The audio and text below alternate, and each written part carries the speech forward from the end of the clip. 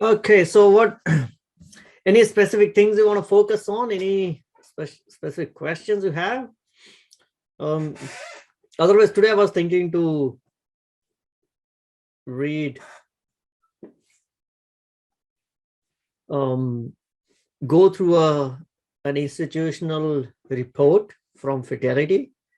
I got my hands on it, but I didn't have a chance to go through that. Maybe we can do that together in this meeting. It's a very recent report, starting with on September, which talks about the survey that Fidelity Digital Asset has done among various institutional investors. And so that was one thing on my agenda. Unless you have any questions. I know last time, I think Zifty asked if we can do something on the privacy coin. Unfortunately, I had no time this week to dig deeper into any of the topics around crypto or stock. But I did gather some, got my hands on a report, which at least I thought we'll discuss it here, around the adoption of crypto, and shouldn't come to us as a surprise the price action that we are seeing in the crypto market over this week, right? The start of October. So generally it is good. So it's October, in most folks are calling it as October. That's what's been happening in the crypto market since the end of September. It's been October. All coins are just going up. Of course, the leader is Bitcoin, and that continues. That's just done in a week. It's been up like 23%. And this is not some small coin, right? It's the leader of the pack. It's a huge market cap. Now it's crossed $1 trillion. In the Saturday session where we talked about which company is going to be the next $1 trillion company, we should have talked about, hey, let's not focus only on the stock exchange, but also focus on the other exchanges or the crypto economy as well. In that case, looks like Bitcoin topped and is now above $1 trillion market cap. Amazing moves that we had seen in the markets. I'm not surprised, because if you look at on-chain data, and that's what we also talked about in some of the previous meetings, is the whales have been accumulating. Last week, the number was, I think, 60,000, especially around the Bitcoins from the Glassnode data. This week, it's around 70,000. So the whales and the diamonds hand means the addresses which haven't sold, haven't seen outflow of crypto, have been just accumulating. And then we all see these suddenly big jumps on the Bitcoin side all of a sudden. I mean, we think that it is all of a sudden, but actually it is not. Look at this huge up move starting just October. It closed October just close to 43K, and what is just 7th, right? Just a week. And it's up more than 10K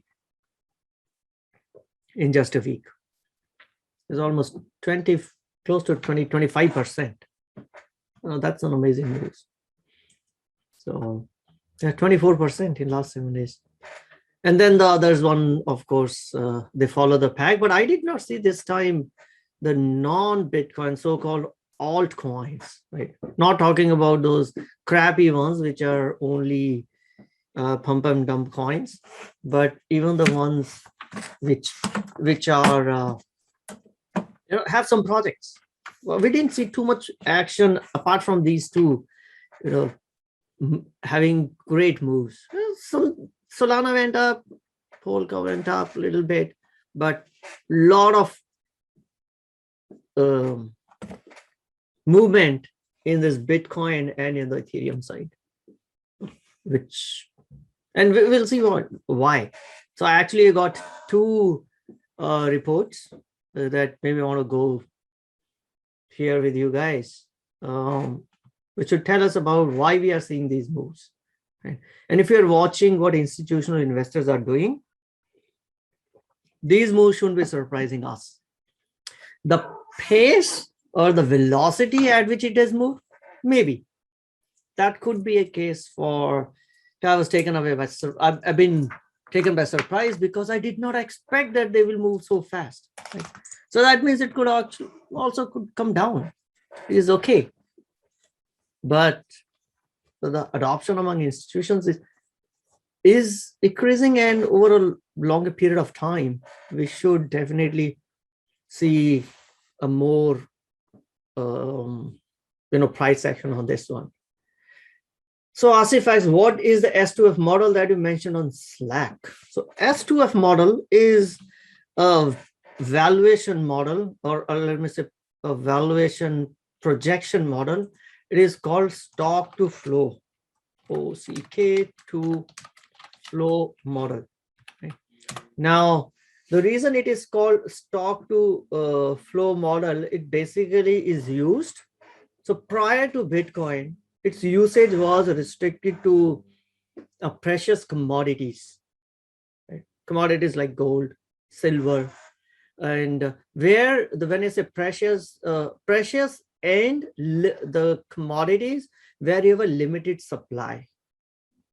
The fact that a commodity has a limited supply, that changes the equation around when you're trying to model for putting in your valuation models.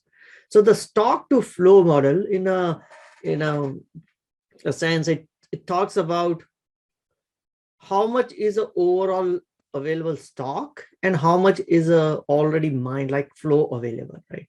So that's we can look into the details if you're really interested in how this model works, but this model is nothing new. Hedge fund managers and analysts have been using this stock to flow model to give projections on gold and silver and other precious metals. But one of a hedge fund manager, the one which I talked about in some of the previous meetings, started to apply this stock to flow model on the Bitcoin. Of course, would have changed it based on some of how Bitcoin behaves. But and that hedge fund manager has been doing it since 2014, and then did some regression to add this, do your back testing on the previous data. So what you see here is what the stock to flow model projects the price of this asset to be, or commodity to be, right? And this is an actual asset or price. Okay. So I think this has got a in-depth view around stock to flow. There was somewhere where not on this page, okay. But we'll have to find out where it was. So this has been created by a gentleman who goes by the Twitter name Plan B. Right? I think last week or prior to that, I talked about if you really want to follow the on-chain economics, there are two people that I actually follow on Twitter. One is Plan B, another is Will Clement. Right? Will Clemente talks about the on-chain metrics. Plan B is an expert on stock to flow model and its application on Bitcoin. Okay. So if you go back, way back in June 20, this was on June 20. Right? Bitcoin was actually below 34K. If you don't believe, let's go back here. Look at Bitcoin chart.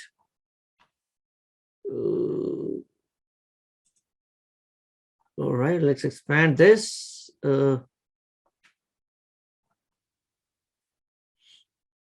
Let's go to, we need to go to June 20th, right? To 18th, 19th, 20th. It was around 35K. And at that point of a time, Plan B's had tweeted and saying, gave his own reasons, but his worst case was August greater than 47, September 43, October 63, November 98, December 135.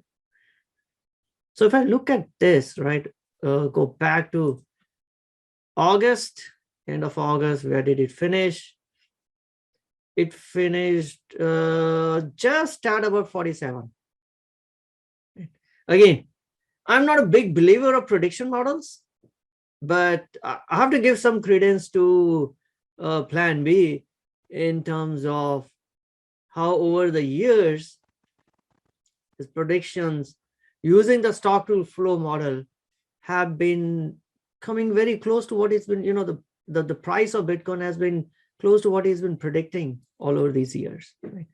So August, it was 30th August, tad above 47. Then next was September, was above 43. Where is September 28th, 29th, 30th, above 43. Next one he's talking about is,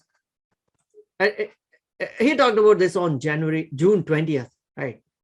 And say October 63K, November 98, December 135. We'll see. Right now sitting here, to me, it looks like, come on, it's too far away, right? 135 by end of year. That's a huge move.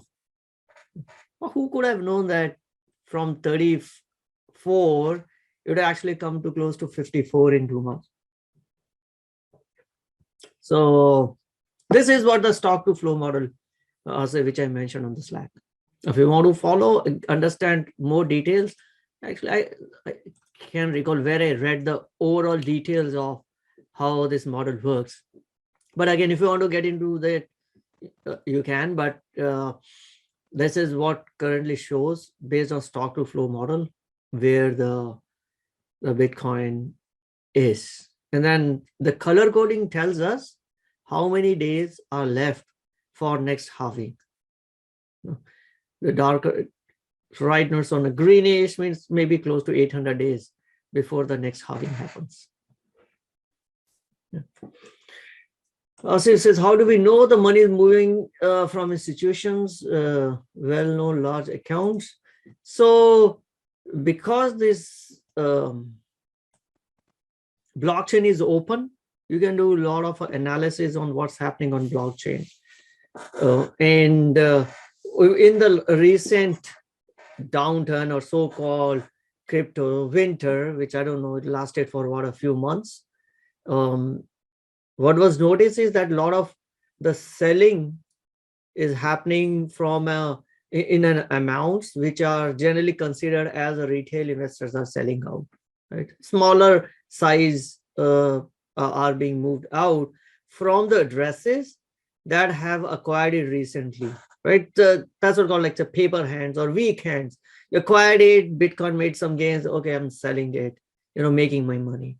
And more of these coins were moving into the wallets, wherein you see a large number of holdings, which traditionally could be, the big investors, could be institution, could be family offices, could be hedge funds. We really don't know what's the identity of those are, but the fact that those have been holding larger number of coins, in Bitcoin parlance called as whales.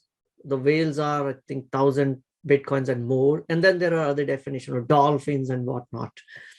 So looking at that, because the blockchain is open, you can run your analysis on who is buying, who is selling without knowing the identity, but you have that metadata available.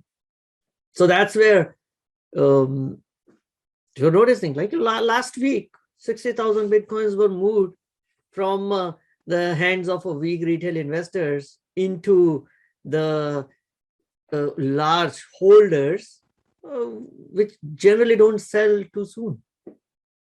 Now, I think the latest stats was 80% of the Bitcoins haven't moved for a long time. So those are, institutions don't get in and out of assets very quickly, right? They have a different time period at which they want to invest in. They'll be slow to get in, But once they get in, they would want to wait and let the theory or let the, their thesis play out. So look into an on-chain metrics. So that is why I put little more faith on the on-chain metrics when it comes to Bitcoin than the traditional, charting metrics like these. Because in this case, it's the blockchain is open. You can derive a lot more intelligence by looking at the blockchain data than trying to apply your again. That's my thought process. Could be wrong, could be right, but for me, looking at an on-chain metrics has worked out better than looking at the traditional chart. Sam will say, I heard 20+% lost. So 20+%, let's say, lost means people have forgotten or they've misplaced their private keys. Again, the beauty of this, why we are saying 20%, is because those 20% haven't moved in years, in decades. Maybe one big could be the original from Satoshi Nakamoto, but we don't know who Satoshi Nakamoto is. Everyone, and the day, if the coins from that particular wallet, if they start to move, that's going to be a historical day in the history, in the crypto economy. I'm like, every on-chain analyst is keeping, an eye on the wallets that are purportedly Satoshi Nakamoto wallets. That's where the Genesis Bitcoin, when it was first created, moved in. That's where I think the overall, there are some wallets that they're looking at. The total number of Bitcoins held in those wallets are close to 1 million Bitcoins. And if, at any point of a time, we see some selling happening or Bitcoin moving out of that onto another exchange and being sold, that could cause some disturbance in the market. But nothing much has moved in last, what, Bitcoin is now 12 years old. So, and there could be other wallets as well, which haven't had any transaction over past 12 years. Or ever since, they had acquired Bitcoin, after that, no transactions happened. So there are two things. Either those are really being held by the extremely patient and really tight diamond hands. Remember, Bitcoin was trading for a few, whatever, 100th or thousandths of a cent. From there, you're holding it all the way, went up to 20,000, fell down all the way to 3,000. Now it's up all the way to 50,000.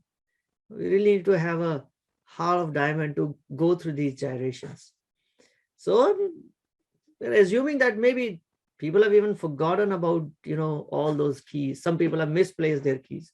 There are some stories that are public, of some, ex, I think, CTO of Ripple. He had his laptop and now he has got only one more chance before the laptop encrypts itself. And he had what, close to 200 million? I forgot what some number was there. It appeared in New York Times. So there are some public stories. There is a public story about an early Bitcoin holder in UK who threw away his hard disk, which was then taken away by taken to landfill. Now we don't know where that is buried in the landfill. Now he's been trying to fight the court case and asking the county offices, the municipality office, to basically excavate and try to find his hard disk. And he had a few $100 million worth of Bitcoins. Who thought at that point of a time that it would be worth anything? And now the municipality, they are not allowing him to basically excavate and try to find it because of the health risk of the toxic gas. So yeah, there are some stories which are public. There are some stories that there are some guesses that, hey, if these coins haven't moved in for a decade, maybe the owners are dead, so no one else can take it out, or maybe owners are still there, but they don't have access to the private key. And there is no way, if you don't have access to your private key, there's no other way to get those coins out. Right? So that's where the 20% number is coming from. So as you say, Cynthia Loomis disclosed Bitcoin purchase is worth up to, so she's a Bitcoin mom. That's what she's called, Bitcoin mom. Has been always speaks in favor of Bitcoin. So not just Bitcoin, she's called a crypto mom. Sorry, not Bitcoin mom, but crypto mom. Yeah, she's been long-term Bitcoin bull. Yeah. But when I talk about that, I mean, we had seen Fed governors purchasing stocks or purchasing the instruments that they actually regulate. We read about the Nancy Pelosi's husband purchasing a lot of EV stocks just before the Congress passed a legislation which are favorable to EV. So there is always these trades that you may call suspicious. So nothing new. But Cynthia Loomis she is crypto mom. So I'm not surprised that she has these many holdings. Although that might be just 0.001% of net worth. Yeah, who knows? All right, any other question? Okay, so because we talked about the institutional adoption, so there is one report that came out in September. Not Fidelity, what am I saying? Fidelity Digital Asset 2021 Report Analysis. So this was a survey of institutional investors around the digital assets. Yeah, Samuel, yes. Thank you for sharing this link. And I read through that. I wanted to talk about it also in Saturday. There's actually an app for it. I didn't know. But there's an app called Iris. Where's the name? Somewhere. Anyway, you can read through this. There is an app called Iris, which tracks what the lawmakers and their spouses or their relatives are doing, which maybe makes sense for us to download and track what lawmakers are doing. Sometimes it pays to follow our lawmakers, especially I think in this case, those who followed Nancy Pelosi's husband probably did good to their portfolio. All right. So what is Fidelity Digital Asset? Right. We all know about Fidelity Investments. So this is a part of the same Fidelity Investments, the retirement giant, the investment powerhouse. But they got into digital assets way before any other big financial institution. While some of the institutions were publicly rebuking crypto economy, Fidelity started the kind of a sense that probably this asset is here to stay, and then why not create a department or create a unit to serve these digital assets. And they started providing a lot of solutions for institutional investors and try to work through the problems that these investors were facing. So they've done a recent study, not study, but this survey of various institutional investors, and thought I'll go through that survey here, which will give us some idea about who, what institutional investors are thinking about digital assets. Makes sense? Anything else?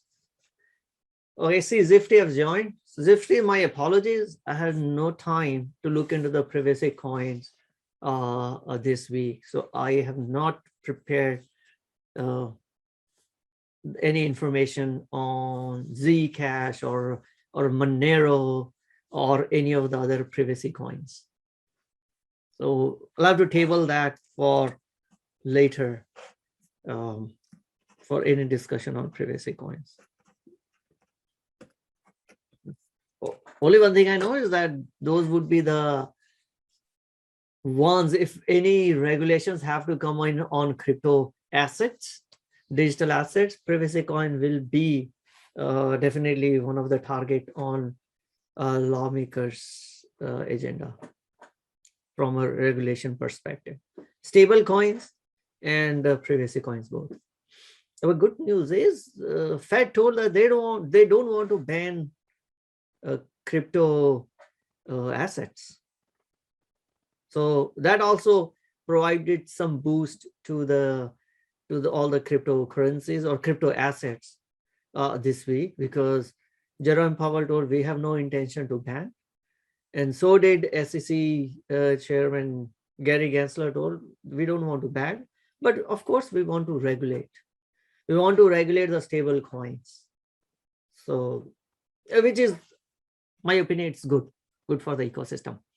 So coming back to this Fidelity report, Fidelity Investments is the 4th largest investment firm in the world. It's got $4 trillion assets under management. I'll be happy to own 1% of it, or 0.001%. But 4 trillion has got too many zeros behind it. I can't comprehend, but that's the amount of money that this Fidelity Investments manage. So it means their customers obviously will be the institutional investors and the retail, the family offices. They are people, and the institutions with big money. So let's look into this report on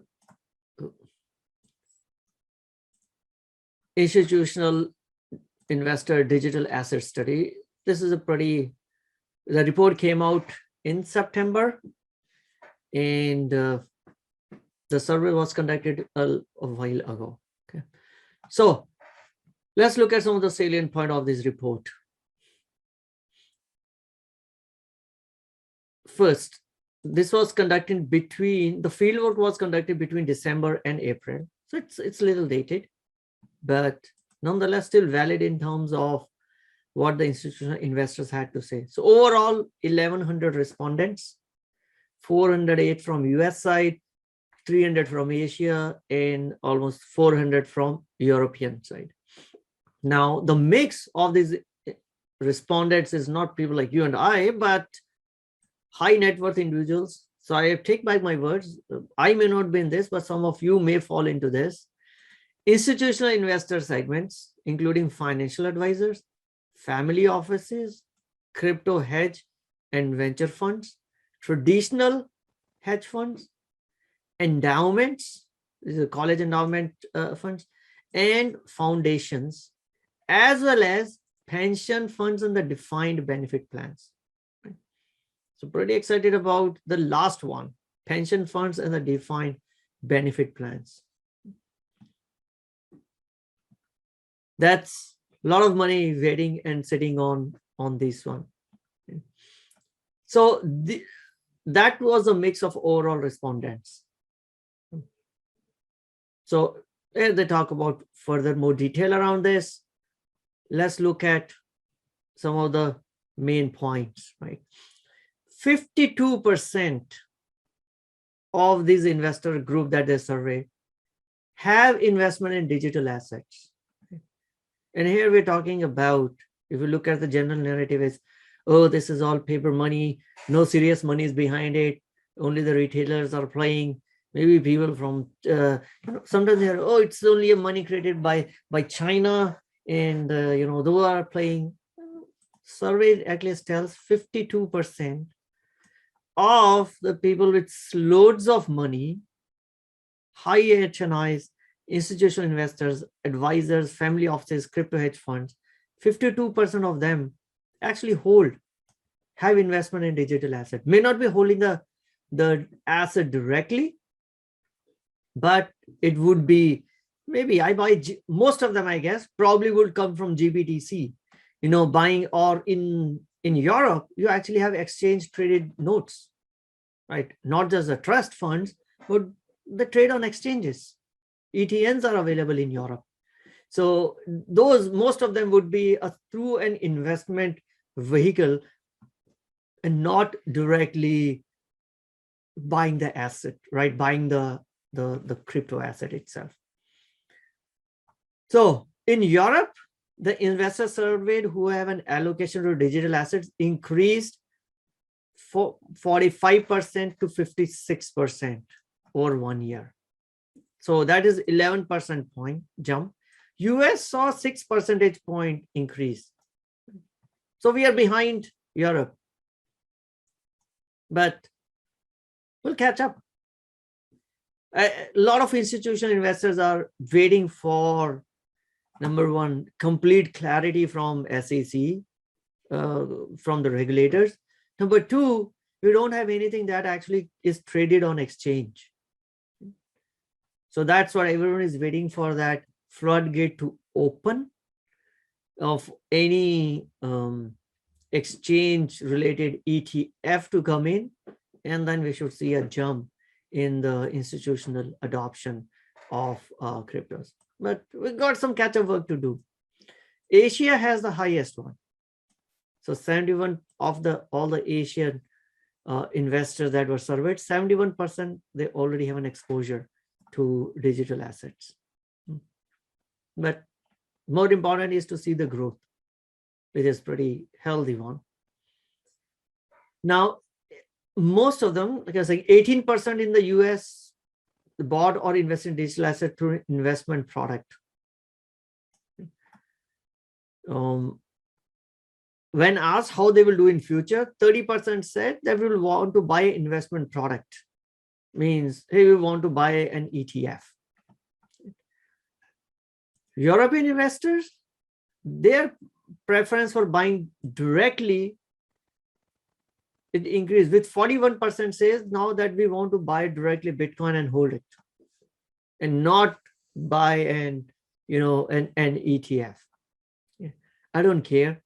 From my perspective, I don't care through which route you buy, but as long as this big money either buy crypto directly or the buy a fund that in turns buy crypto, in any case, the money is flowing into that crypto. Now, there was a question of what all is included. So they looked at the current ownership. Again, should come as no surprise here that in US, Europe, as well as Asia, Bitcoin still leads the pack when it comes to institutional investors' investment or institutional investors' holding. Ethereum is close second. Then you get Litecoin, XRP, Binance, and Bitcoin Cash.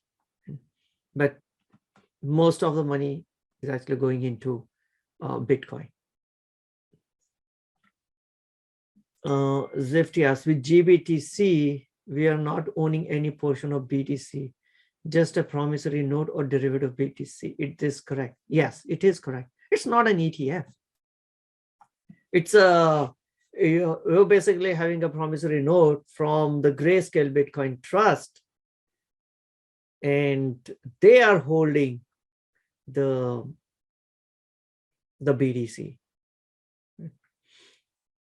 So that's a promissory note. That's completely correct. When it comes to the ETF, or even on ETF, I mean, those are not in our names. It's still the company that will go and buy the ETF or buy the Bitcoins. Asif says, read that GBTC, which is a higher premium over BTC, now is a negative delta over BTC. True.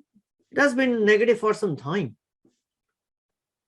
And I think, we looked at it And when it flipped negative, I did, when it was a good time to initiate some positions. So we talked about it in the previous weeks. What was the you call premium versus discount, GBTC discount or premium to net asset value. So when it was close to 16%, I bought something. Now it is now negative 13%. Earlier, the GBTC was trading at a premium to the Bitcoin price. And look at this crazy premium. Some of these institutional investors were willing to pay 40% premium to get into GBTC. Whereas if you buy the Bitcoin directly, you could get it 40% cheaper than the GBTC. But they couldn't buy Bitcoin directly because the charter doesn't allow. So, but the premium started to move into discount after April, close to March. And then it went to at a discount close to 23%. And now it is 13%. So I'll repeat what we talked about earlier is now GBTC, this company has already filed an application to convert this trust fund into an ETF. So when a trust, so today we have this premium or a discount because it is a trust fund and not an ETF. But when it becomes an ETF, then the discount or the premium should disappear. So at that, based on that thesis, a few months ago, I initiated some position of GBTC in my retirement account. I cannot buy Bitcoin in my retirement account, but this is an exchange traded trust fund. I could very well buy that. So my thesis were twofold. Number one, over a long period of time, this should anyway do good. Plus, if the GBTC actually gets converted into ETF, that discount will disappear. So when I bought it, it was close to 16% discount. So I could get a bump of 16% just because of the structure of the instrument has changed from being a trust fund to an ETF. So yeah, it is still trading at a discount because now there are so many other avenues that have come, now that are available in the markets. There are more products, or the institutions have actually become more comfortable in working with the asset custody companies and investing directly into the crypto assets. Or some institutions will go and basically invest into MicroStrategy offering, right? When they do a debt offering. So yeah, so it's still being traded at a discount. Okay, coming back to the digital asset, not this one. Now, that was whole past. Who owned what? Now let's talk about the future. The future purchase intent has grown year over year, with 71% of the respondents are saying that they want to buy the digital assets in future. So irrespective of whether, hey, the Bitcoin could go down to 50,000 when in next 2 days, it's okay. But if we are looking at that more institutional money may be coming in, from my perspective, this is a multi-year, long game. If you want to play, we have to look at from that perspective. Last year, it was only 59%. We got close to 10% more say, hey, we want to actually go and invest in these digital assets. US pension endowments, no money coming in. 97% of the pension funds and the college endowment funds, they don't have any investment in digital assets. So this huge orangish line that we see has got tons of money sitting underneath it. And the reason why they don't have it is because there is no regulated um, exchange traded product that they can invest in US right now. Of course, Canada has an exchange traded ETF. US does not have it yet. But financial advisors, 50-50, family offices, half of them have it and half of them don't have it. But this is the next big chunk of money that many folks are waiting on: endowments, pensions, and traditional hedge funds.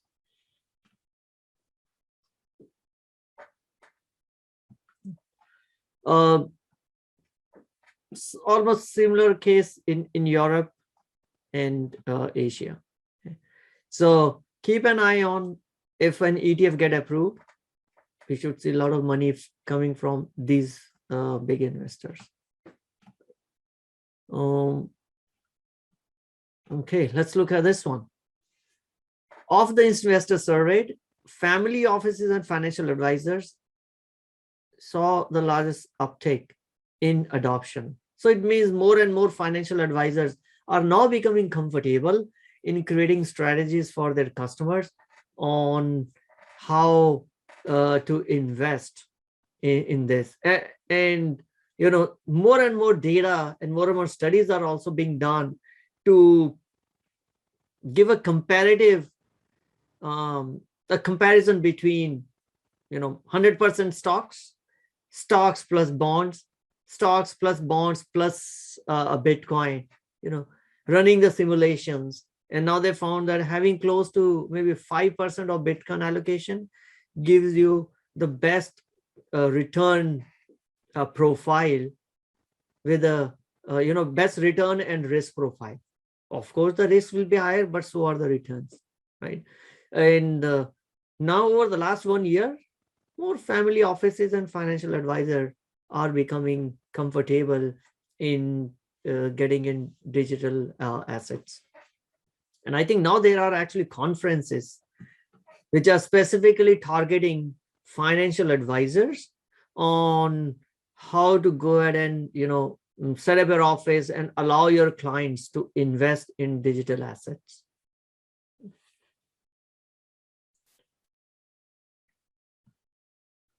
Oh, what else? Perception means what? In Asia, 44 of investors have been invested for more than 2 years. 22% have been invested for more than 3 years. Okay, what does that tell me?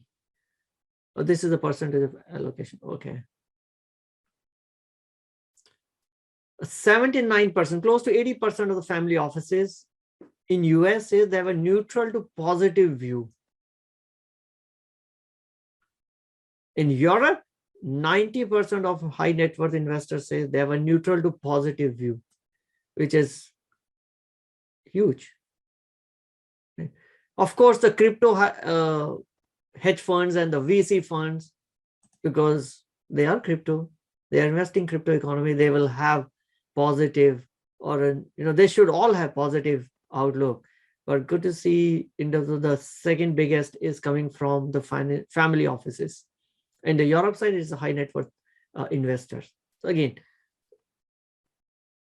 a little bit of a positive news around that it's not, this economy is not only for scammers or for only dealing in illegal tasks. There's some positive drift behind this. Appeal of digital assets. I don't know what this appealing means, but I'm assuming appealing means, oh, I feel good when I have this. So nothing much to do here. All right, why they find it appealing? No surprise, the 43% say, hey, it goes up. I'm interested in this. What the most appealing attribute is? It's high potential upside. Like this is what we refer as a asymmetrical return profile. Of course, there is risk in investing in any of these crypto assets, but the return profile for that risk is asymmetric. You could lose 100%, but if not, if that project has become really successful, the risk is asymmetric. That's the reason why, I've been in this economy, even if I lose everything, that's fine. Not a huge percentage of the overall portfolio, but it does have an asymmetric return. And I just want to be, in the front seat when if that asymmetric returns actually become a reality. So no surprise, 43% says there's a huge potential upside. Almost 40% says it's an innovative technology. And the 37% say it's an uncorrelated to other assets. As a portfolio manager who's managing my own portfolio, this one is very appealing. I'm always in a hunt to find uncorrelated assets. That is why, even though I don't understand the space of industrials really deep, really well, but I will have some positions on industrials always. I will have positions on some oil and gas ETFs always. Reason is an uncorrelated. Try to diversify, get an uncorrelated assets in our portfolio. Right? Now, the crypto, at least, this week, it did turn out to be really uncorrelated assets. And this could become, of all the factors, of all the three factors, for a portfolio manager, this becomes a really an enticing attribute, an interesting attribute to now think about why I should have this in my portfolio. Because it has turned out to be an uncorrelated. Now, it doesn't have a 50 years of history behind it. It only has 12 years of history. That too, the Bitcoin has 12 years of history. Other cryptos have way less.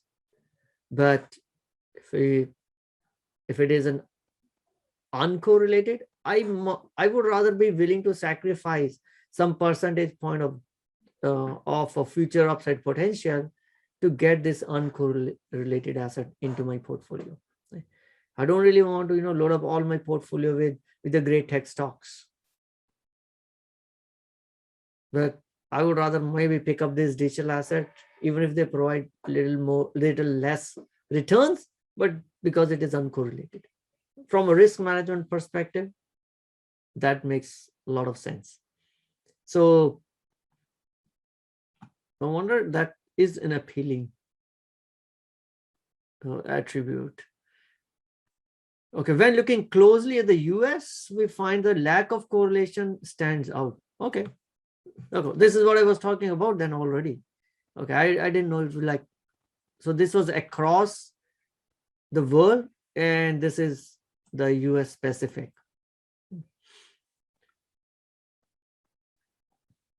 Now, digital asset today make up total market cap of around 2 trillion. Whenever this report was published. Right now it is what, 2.3? How much is it right now? It is 2.39 trillion. So this is 2.39 trillion, which is much lower than the other assets that many investors tend to favor in low interest rate environments, like gold with a market cap of 10 trillion. And then this analogy of Bitcoin being a digital gold has been beaten to death. Sometimes call it a digital gold. It's a better than gold. It's a store of value. We have to see. I do think that it does have some of that appeal, but it also has an appeal of it's a great technology and a lot more things can be done which we cannot do with gold. Right. So it's got a lot more attributes which gold doesn't have. Easy transferability. Slowly, we'll also we'll be getting a programmability on top of Bitcoin itself, which it can do with the gold. But then it is not easy to understand. This ecosystem has had a bad reputation to begin with, and people really need to spend time to get comfortable with this asset class. And it's a very volatile asset. It becomes difficult for folks to explain. If really, if you're a money manager, it become difficult to explain to your clients on why am I investing in something which could go down 20%, 30%. So maybe let's buy gold and sit tight on it. It doesn't move too much. But if you look at it in last 10 years, gold have lost money. Right? Though we call gold as a store of value, it actually have eroded value in last 10 years. But I think the financial advisors and the asset managers have to become comfortable with this particular new digital asset class. Probably will take some time. Right, investment. So barriers to adoption. So till now we talked about what's their adoption or what they want to adopt. Now let's look at it. It says the barriers. What are the significant barriers that are there for adoption? So price volatility is the most significant barriers to adoption. No portfolio manager or a family office investment manager or CIO, chief investment officer of a fund will get fired for buying a safe instrument. But if you are buying or holding this instrument which is very volatile, you got some explanation to do. So that is one of the biggest, looks like 54% says that's the most significant barrier for adoption. Same US, 62% says it is a significant barrier to adoption because it is very volatile. You can't really give a good explanation why you want to hold GME in your client's portfolio. The other key component is lack of fundamentals to get appropriate value. How do you value these digital assets? Okay, for Bitcoin, yeah, we can look at some stock to flow model. There have been models in a traditional economy which tells how to value scarce assets. But how do you do for other crypto assets? We don't have those traditional, we don't have the valuation models all built in and baked. I mean, the industry is new, it will take time. So on what basis do you invest? How much will it really be worth? We don't know. It'll take some time to figure that out. And that is causing a lot of institutions. That's a barrier to adoption. I would say not only just on institutional side, even on a retail side. I get asked saying, okay, what's the target on the, on this price?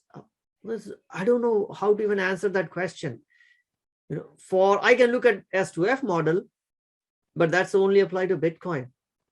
All others is based on, hey, how much adoption will happen. And some of them are just based on how much of a pump can be created on Twitter and on Reddit. So those crypto assets like those have just also sullied the reputation around, this is just a funny money. There is no basis of these prices, which I kind of agree. For some of them, there are. Let's say for our Bitcoin and for Ethereum, there are. But some of the others who haven't had a traction on around what they will get used for, there's a lot of these prices are running on hopium. Okay, there are some questions. Let me just go through that. So does GBTC have to own or back their fund asset by holding a certain percent of BTC? Do they have an insurance since nothing is 100% hack proof? I don't know from an insurance perspective, but I guess they would have it because they are the biggest trust fund. And a lot of institutions are investing only through them.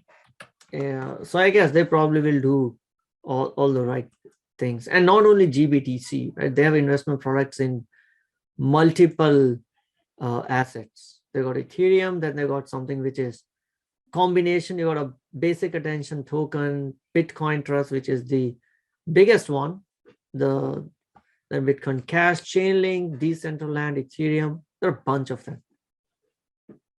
So I hope and that, so they may not be holding at their side, but they probably maybe, and I don't know who their custody provider is. They probably work with some well-known custody providers to custody these assets. Asif says, US H&W investors are least interested. Everyone else are playing with others' money. That's true. If it's not your money, I don't care. Zifty says, I don't quite understand the uncorrelation of digital assets with other assets. When the stock market is down or depressed, less money is available to trade with digital, so digitals are down too. Not exactly the same day, etc. Yeah, so this we'll have to look at or over longer term period, right? And of course, when we had that March event last year, everything was down. I think in those black swan events, everything gets correlated. Right? Stocks were down, so were the bonds. Generally, stocks and bonds move in opposite direction, but when everyone is heading for an exit door, they don't care what they're holding in their portfolio. They just want to dump everything and move back to cash. Because, hey, I can use that cash. Of course, they're losing value through inflation, but at least I have a security of holding that cash. So everything becomes correlated. And that happens in every black swan event. But outside of that, if you look at, and I think there was some study done over the past 1 year to try to find out what's the correlation between the digital assets portfolio and the stocks. And it was found that if you add this digital asset some percentage in your portfolio, the uncorrelated aspect saves you and gives you better return and a risk profile than just holding the stocks.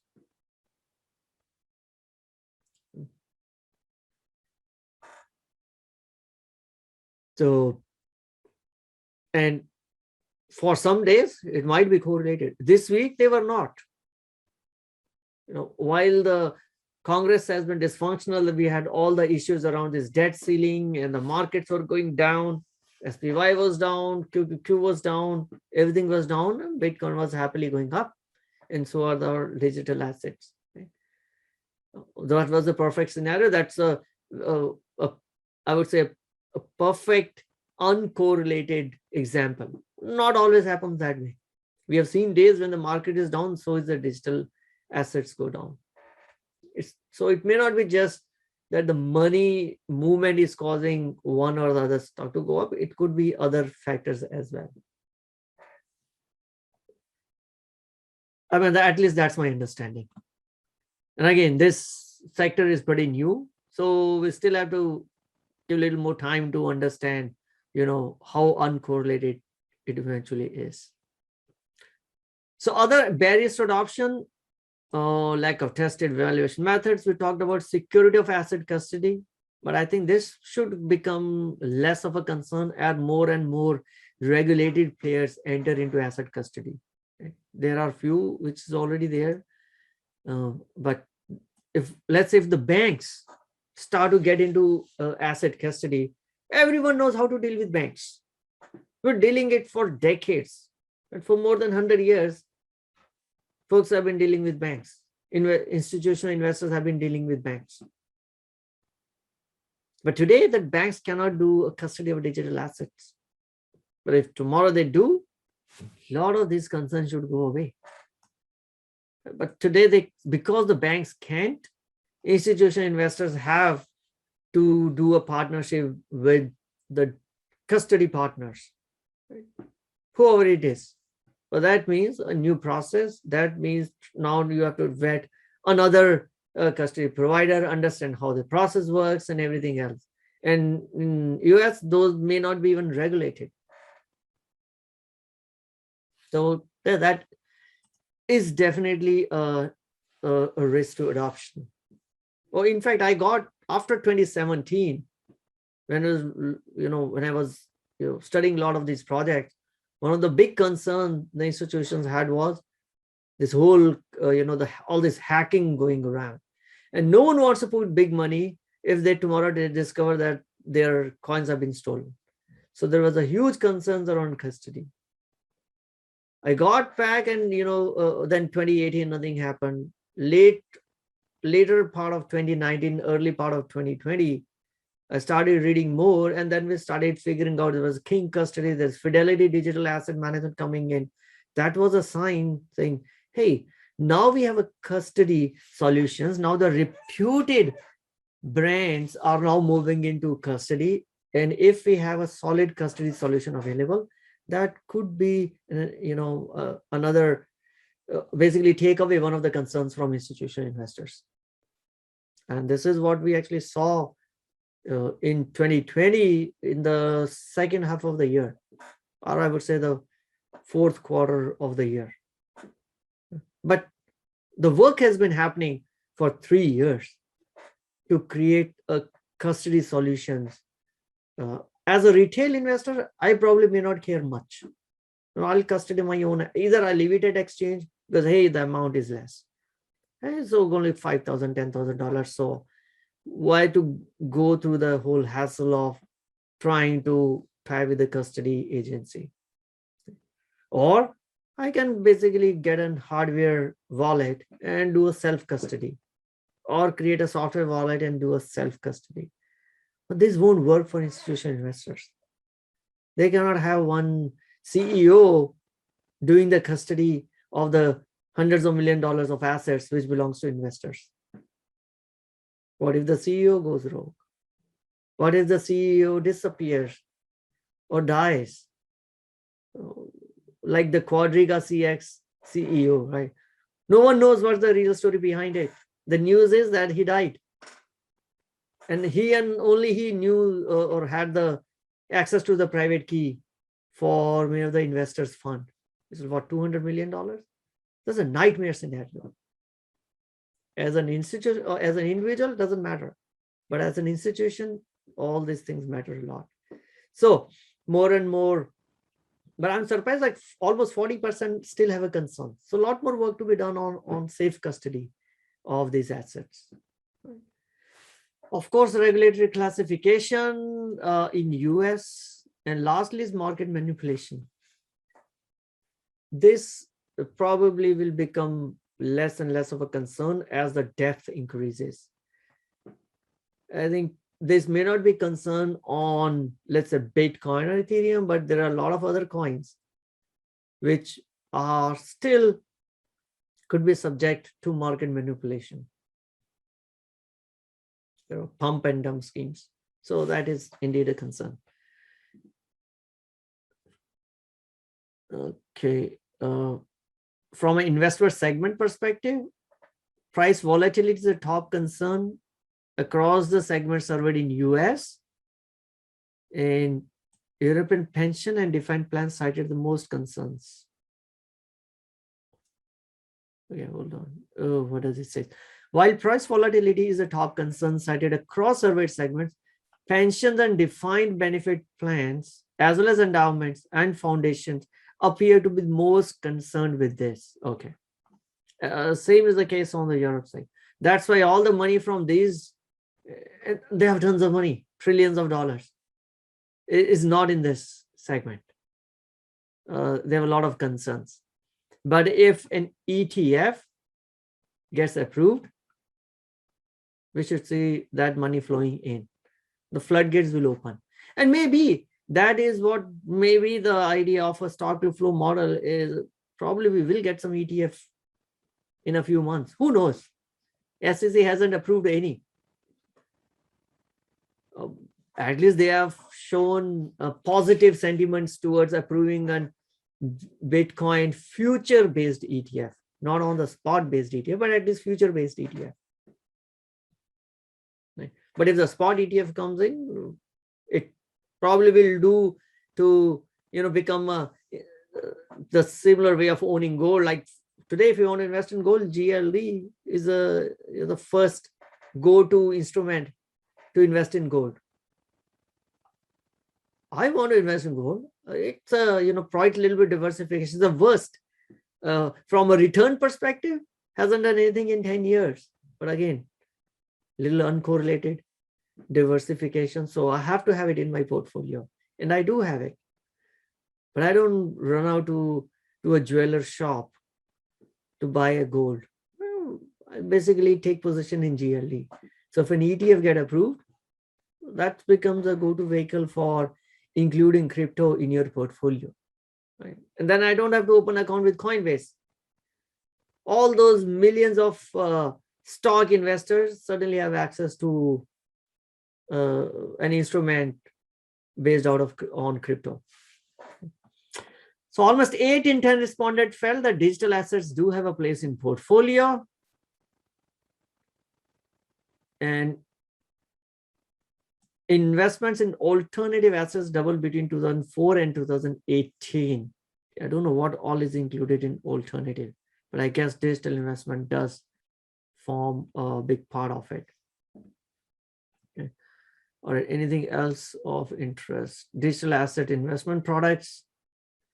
84% says that they would be interested in institutional investment products that hold digital assets. Right? Okay. So they are looking for institutional investment products, ETFs, ETNs, rather than trying to take directly. Okay, which are the investment products? Bitcoin was the most dominant when considering the components of digital asset investment products. 83%, they have a neutral or appealing view of Bitcoin.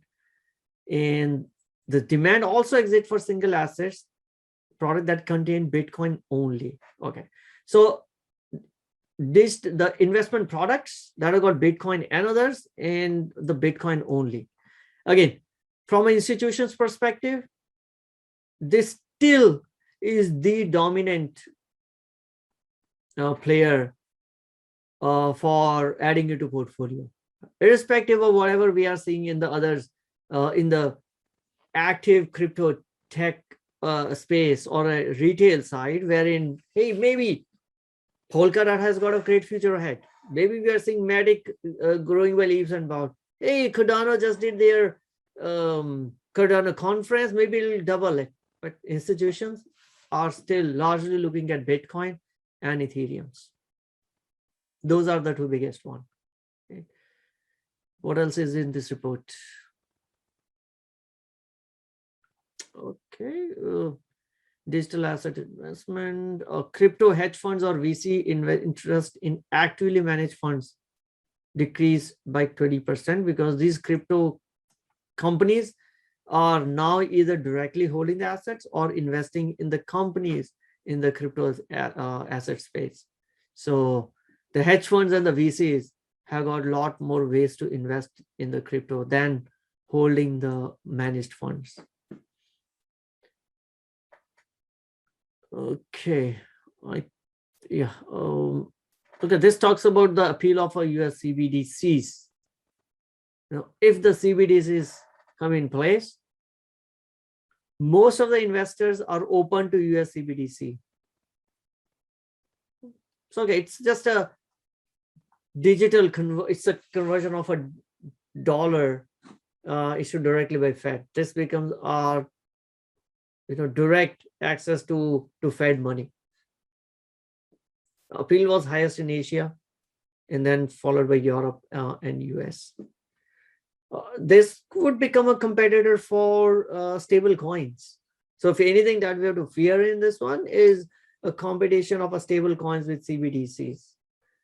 Just from the usage perspective, in terms of, it's an ease of transferability, how quickly you can move. Hopefully, the CBDCs I hope will uh, be instead of going through today.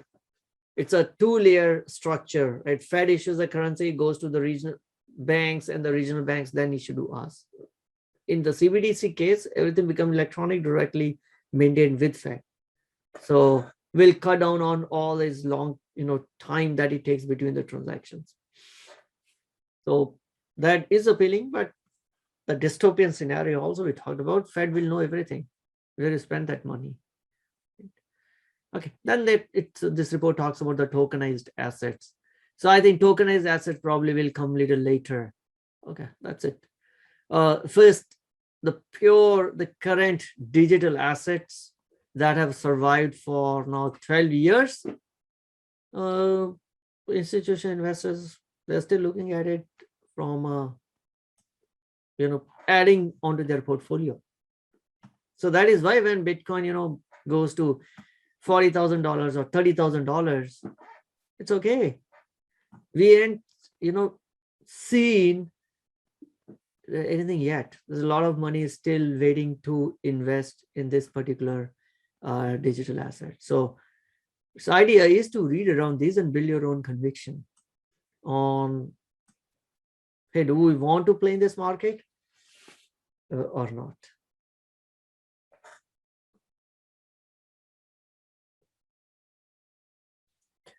Asif said, do you know if anyone has calculated actual dollar paid for current flow of BTC, since all transactions are public? Should be possible to calculate.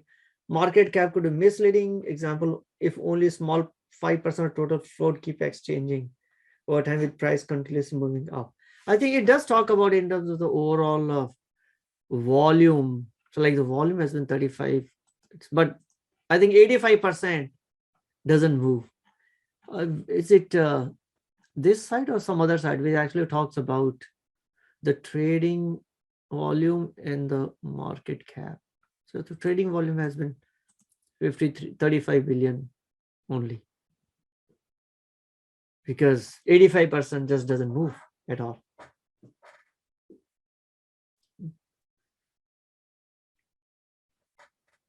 All right, so that was around a report from Fidelity, a recent report from Fidelity on what the institutional investors, how they are looking at these digital assets.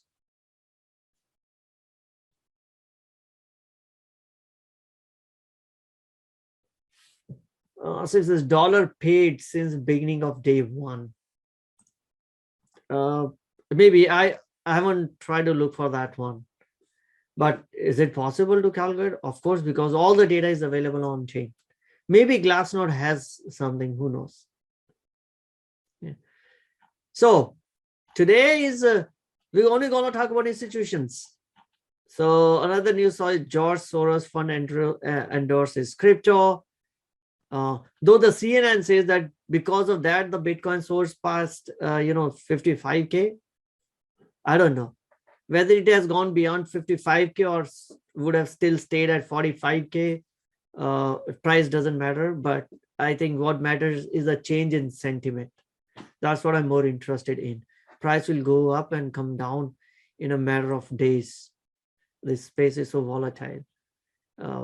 Maybe within this sessions itself, sometimes price changes by 5%, 6%. But we did see another hedge fund talking about it. This is, I think, today's news. Now, JP Morgan institutional investors start to favor Bitcoin over gold. After all the negativity around the digital crypto assets, it's like, okay, if you can't beat them, why not join them? So what does the JPM analysts have shared the belief? They believe an increased appetite from institutional investors have been fueling the Bitcoin rally. Okay, we just read the report. Institutional investors appear to be returning to Bitcoin, seeing it as a better inflation hedge than gold. Money is flowing out of gold and into Bitcoin, according to the big bank. So what is GLD doing? Maybe I should remove my GLD.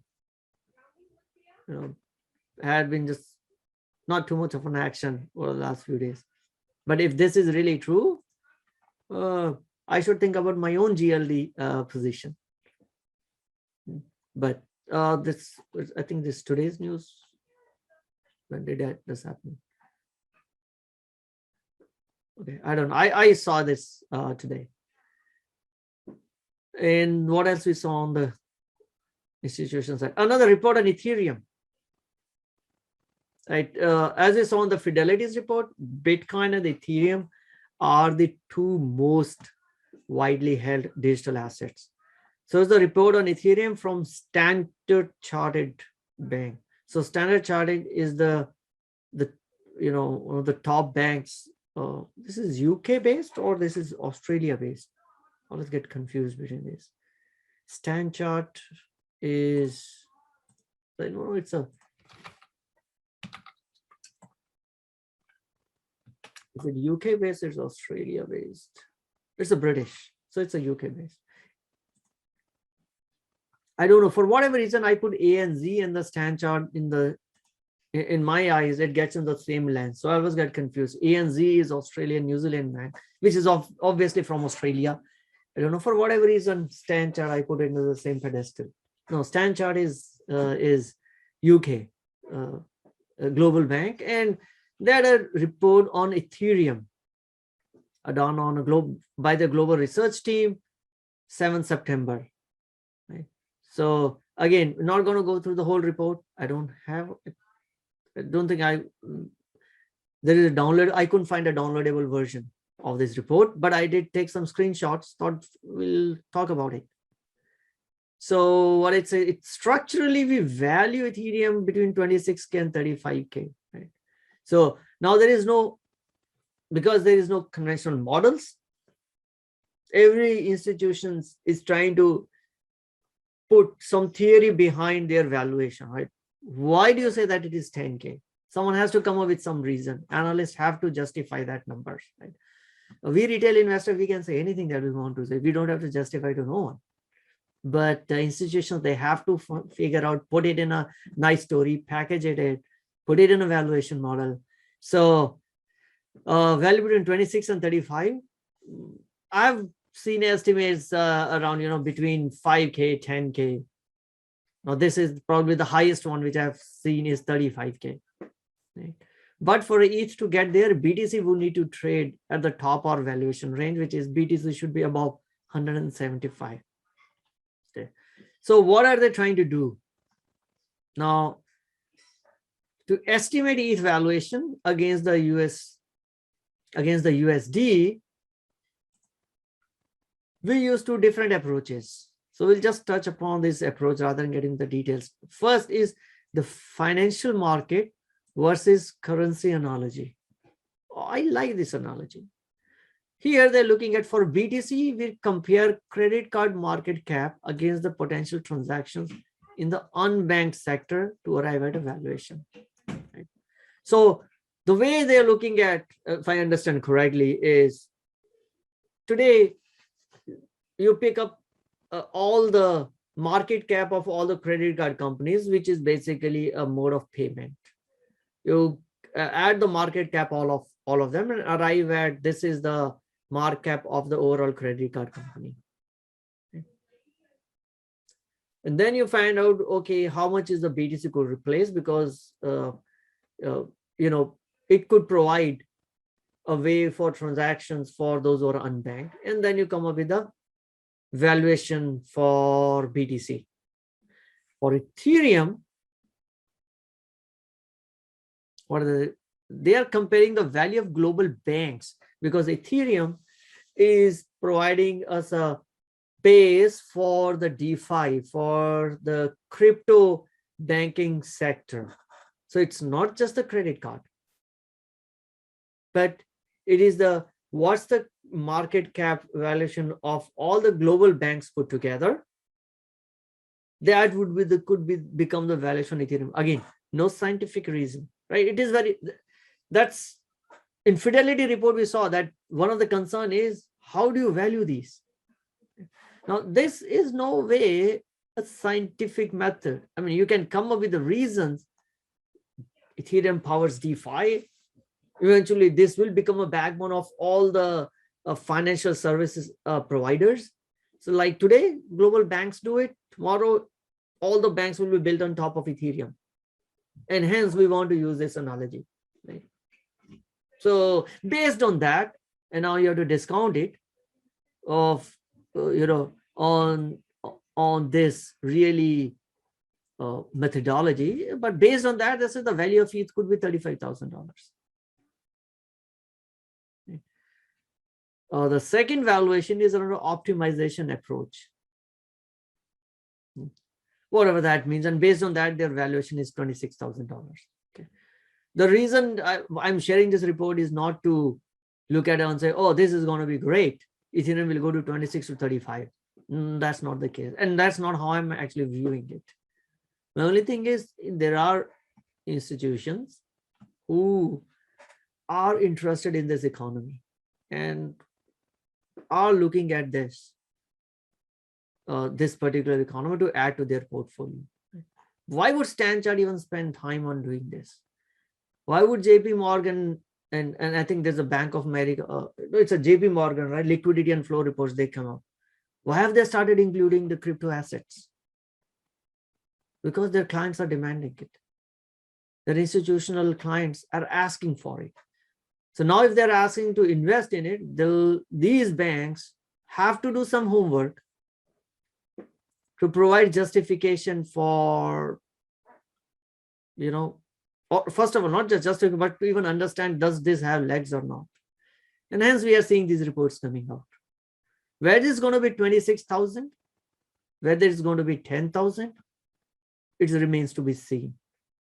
But it does establish a fact that it's not only retail investors play. In 2017, the previous bull run, that was the only play. But in 2021 and 2022, it might flip with more institutional Wall Street money coming into this sector and taking it over. So that's around 2 reports. Thought we'll go through it. Today is only looking at what institutions are, how institutions are looking at this sector. Couple of reports we went through it. That was all on my agenda for today. Of course, there's one other thing I wanted to talk about was what, a moral dilemma around compound. But it will be better if we have some more questions that we can get, some Q&A and have some discussion around it. Ziftis says, I thought the knowledge should be reversed, BTC with bank and ETH with credit cards. No, I mean, if you really look at this, you can't create financial services products on BTC today. It's very limited. It's the use case of BTC is very limited. Either you use it as a payment for unbanked. You can use this as a, as a currency to pay for a stuff instead of using credit card. Because you are unbanked, you don't have access to credit card. You basically pay through Bitcoin. You can't build, let's say, today, you can build lending products on top of Bitcoin. But the whole DeFi is on Ethereum and of course the other competitors of Ethereum. So I think from that perspective, it makes sense that they're trying to compare it. But is it a true one-to-one comparison? Is it safe to say that Ethereum should get valued at the same level, and Ethereum is 9 years old, should get valued at the same level at which the whole financial global banks, which have been around for hundreds of years, more than 100 years, should be valued at? I think that's a thing that I still have my doubts on. That is why I don't pay too much attention to 35K or 26K numbers, but the fact that institutions are asking for these, they are asking for this study.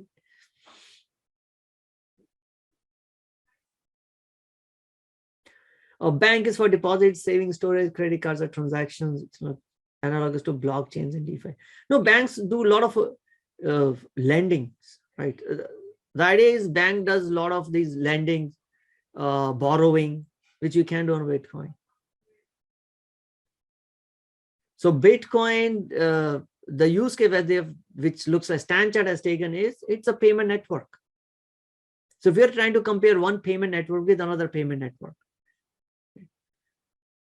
that's why El Salvador, they declared Bitcoin as a legal currency, is use it for your daily purchases.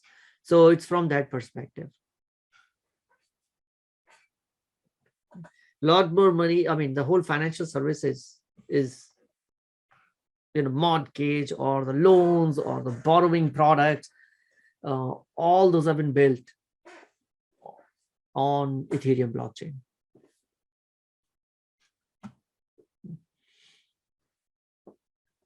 Okay. What else do we want to talk about? I just looked at the DeFi dashboard. This is a new all-time high. And this is all-time high because of the crypto asset prices have gone up. But irrespective of however we look at, I think the previous one was 190. Now we've crossed $2 billion in terms of the asset value logged into these DeFi products. This is becoming getting closer to some of these big financial institutions that we already know of. Let's look at what's the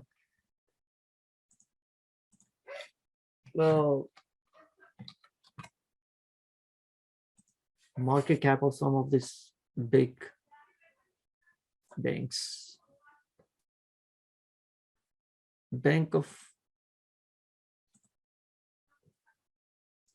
Closer, if $200 billion on Ethereum.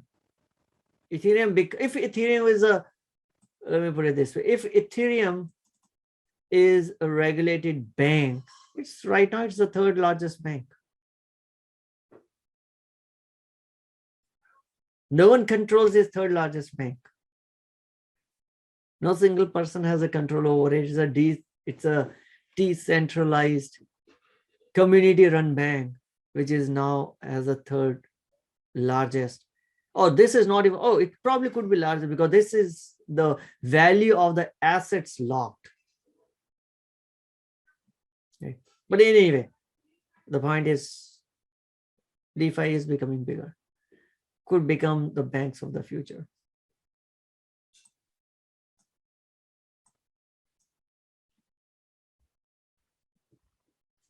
All right. Anything else interesting we want to talk about?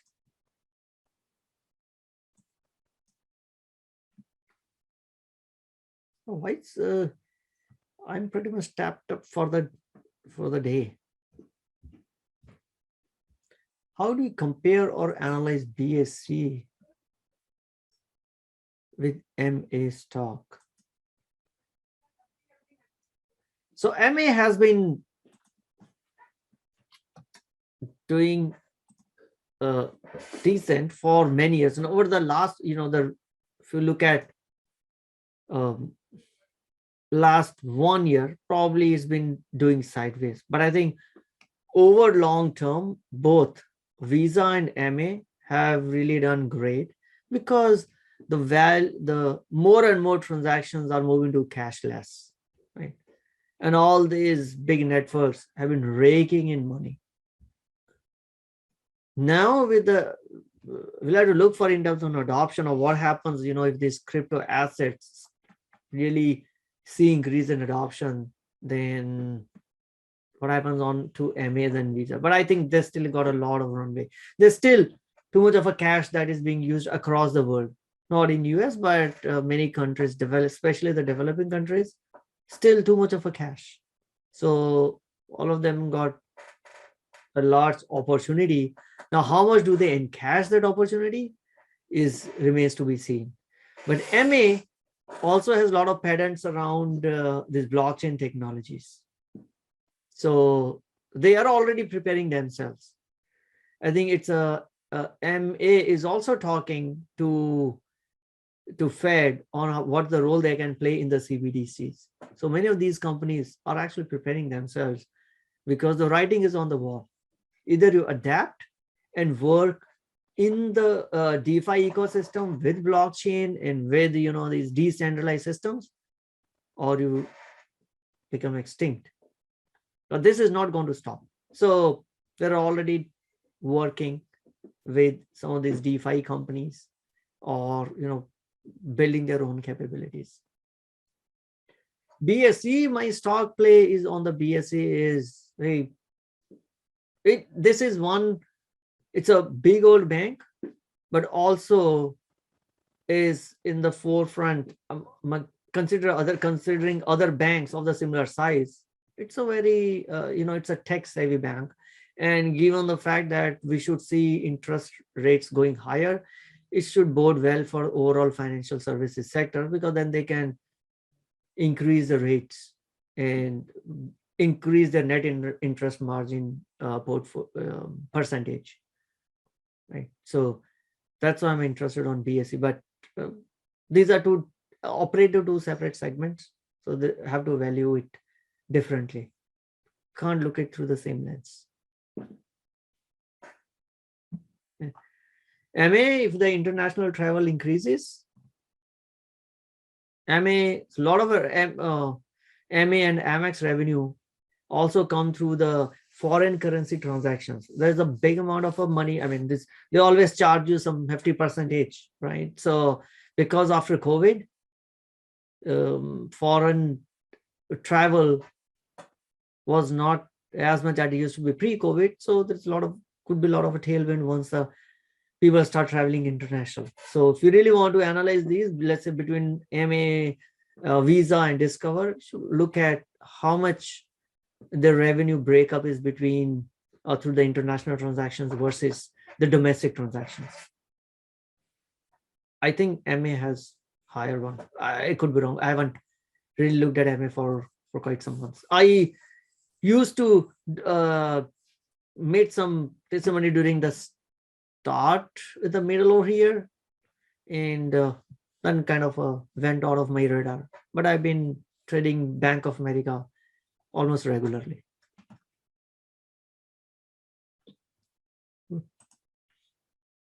All right. I guess that's it for today. If nothing else, let's stop it right here.